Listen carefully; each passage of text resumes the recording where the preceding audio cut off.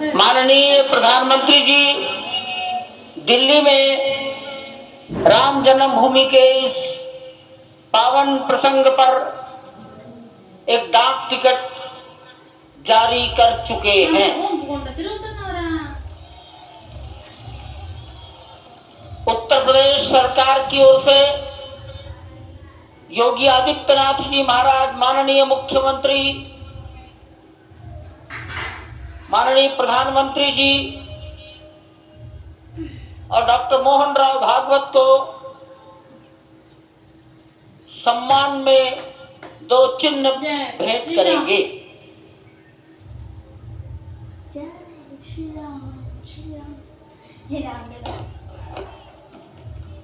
ये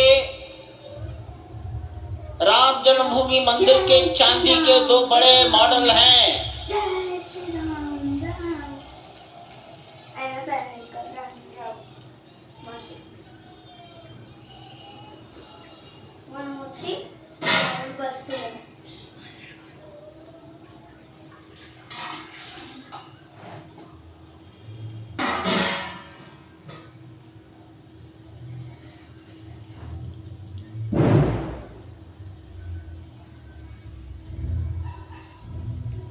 पूज्य गोविंद देव गिरि जी महाराज मंच पर आएंगे और माननीय प्रधानमंत्री जी ने के बारे में अपनी भावनाएं प्रकट करेंगे।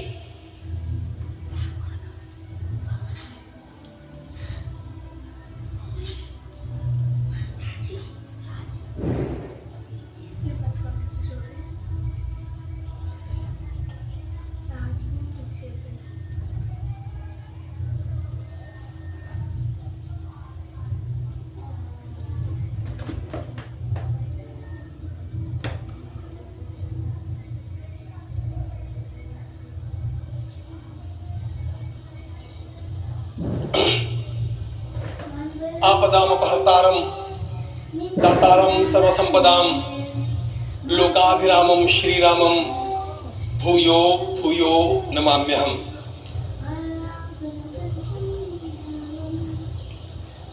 आज अंतःकरण अत्यंत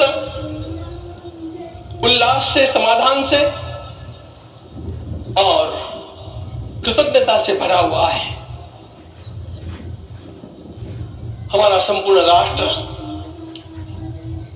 और पूरा विश्व भी आज भगवान श्री राम की प्रतिष्ठा से आलोकित होने का पर्व आरंभ हो चुका है।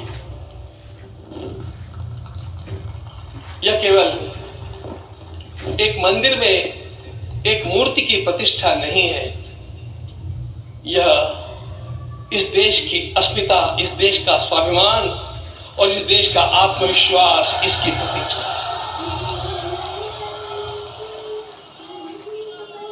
500 वर्षों की प्रतीक्षा के पश्चात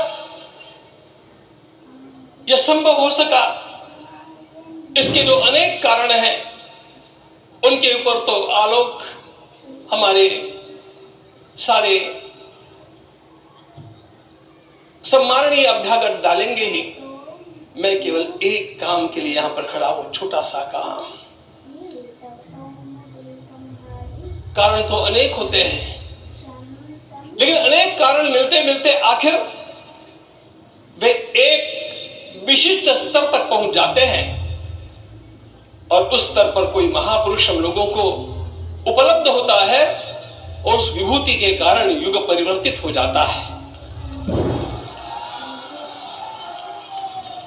इस प्रकार का परिवर्तन लाने के लिए अपने जीवन को साधना पड़ता है और इस प्रकार जीवन साधने वाले हमारे इस देश की परंपरा के अनेक महान रत्नों में आज हम लोगों को समय की आवश्यकता, युग की आवश्यकता, सनातन के अंतःकरण की आवश्यकता के रूप में हमारे सम्माननीय प्रधानमंत्री जी प्राप्त हुए हैं।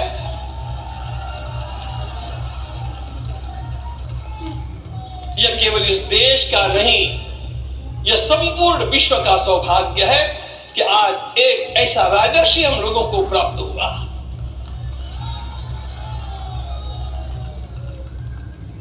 आपके मंगल हाथों से आज प्रतिष्ठा होने की बात थी, वो स्वाभाविक भी था, वो होना ही था मित्रों। लेकिन मुझे इस बात का आश्चर्य हुआ जब मुझे लगभग 20 दिन पूर्व समाचार मिले कि माननीय प्रधानमंत्री जी को इस प्रतिष्ठा के लिए स्वयं अपने लिए क्या क्या अनुष्ठान करके सिद्ध करना चाहिए, स्वयं को उसकी नियमावली आप लिख करके भेजें।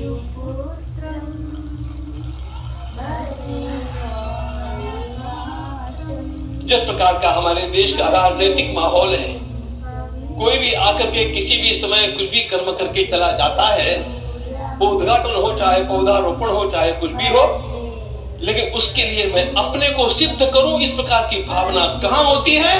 यदि किसी ने पूछा तो मैं कहूंगा कि यहां होती है। भगवान श्री राम की प्रतिष्ठा करनी है। भारतीय जीवनादर्शों के सर्वोच्च आदर्श भगवान श्री राम है और इन समस्त जीवनादर्शों की प्रतिष्ठा करने के समान ही यहाँ की प्रतिष्ठा रही है। इसलिए एक महान विभूति को ऐसे लगा कि मैं अपने को भी साधूं, मैं कर्मणा मनसा वाचा, कर्म से, मन से और वाणी से अपने को उसके लिए शुद्ध बनाऊं, सिद्ध बनाऊं, और उसका मार्ग तप ही है। भगवद गीता ने कहा यज्ञ दान तप कर्म न त्याज्यम कार्यमेव तत्। तप से ही विशेष परिशुद्धि होती है। आज मुझे आपको बतलाने समय अंतःकरण गदगद होने की अनुभूति हो रही है।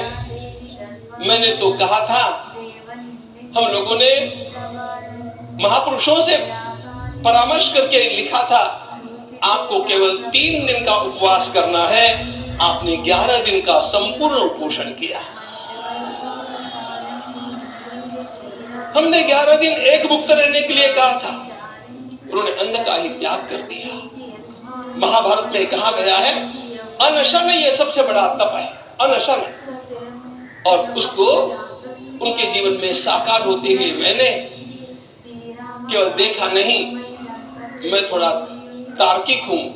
आपकी परम पूजनीय माता जी से मिलकर के मैंने उसको रिकन्फर्म भी किया था कि आपका ये अभ्यास 40 वर्षों का है। ऐसा तपस्वी कोई राष्ट्रीय नेता प्राप्त होना यह सामान्य बात नहीं है। इन दिनों में हमने कहा था कि आपको विदेश प्रवास नहीं करना चाहिए, क्योंकि सांसर्गिक दोष भी आते हैं। विदेश प्रवास टाल दिया सांसर्गिक देशों के इस दोषों की संभावना के कारण, लेकिन दिव्य देशों का प्रवास ऐसा किया। नासिक से आरंभ किया, गुरुवायूर गए, श्रीरंगम गए, रामेश्वरम गए। इन सारे स्थानों पर जाकर के वहां के परमाणुओं को लेकर के और पूरी भारत माता के हर कोनों में जाकर के मानो वे निमंत्रण दे रहे थे कि आइए दिव्य आत्माओं, अयोध्या पधारिए और हमारे राष्ट्र को महान बनाने के लिए आशीर्वाद दीजिए।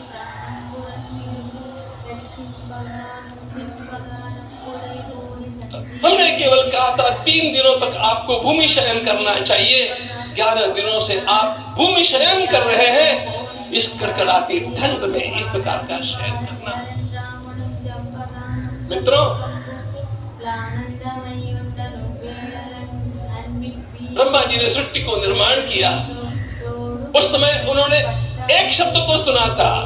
भारत की संस्कृति का सबसे मूल शब्द है तप तप इति। हमारे पूज्य गुरुदेव के गुरुदेव परम गुरु कहा करते थे, कांची के परमाचार्य जी महाराज, तपश्चर। मैं जब भी उनसे मिलता था वे कहते थे तपश्चर।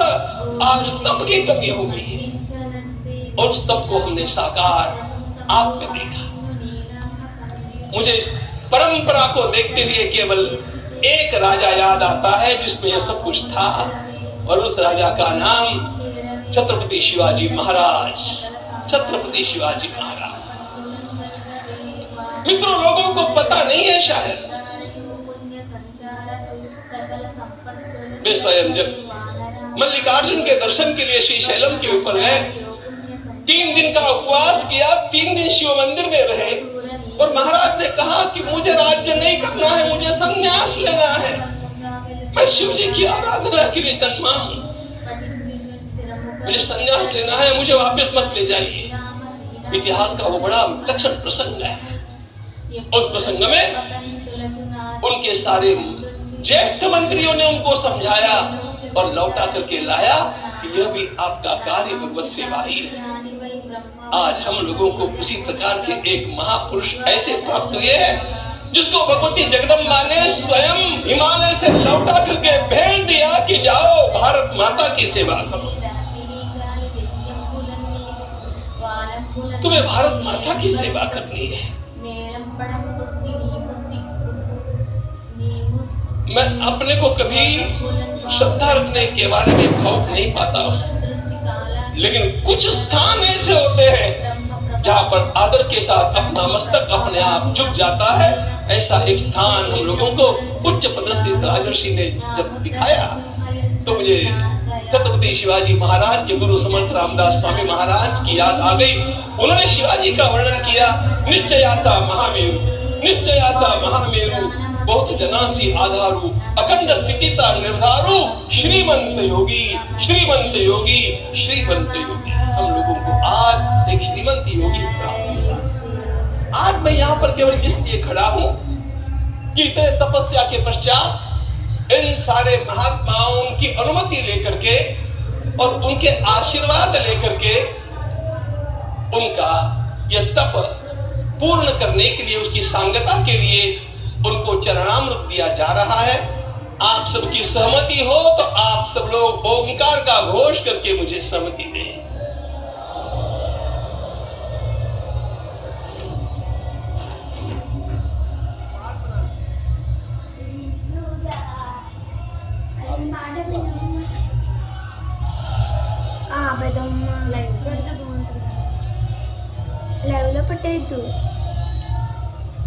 अपना उपवास पूर्ण कर रहे हैं माननीय प्रधानमंत्री जी। 11 दिवसीय उपवास को वो पूर्ण कर रहे हैं।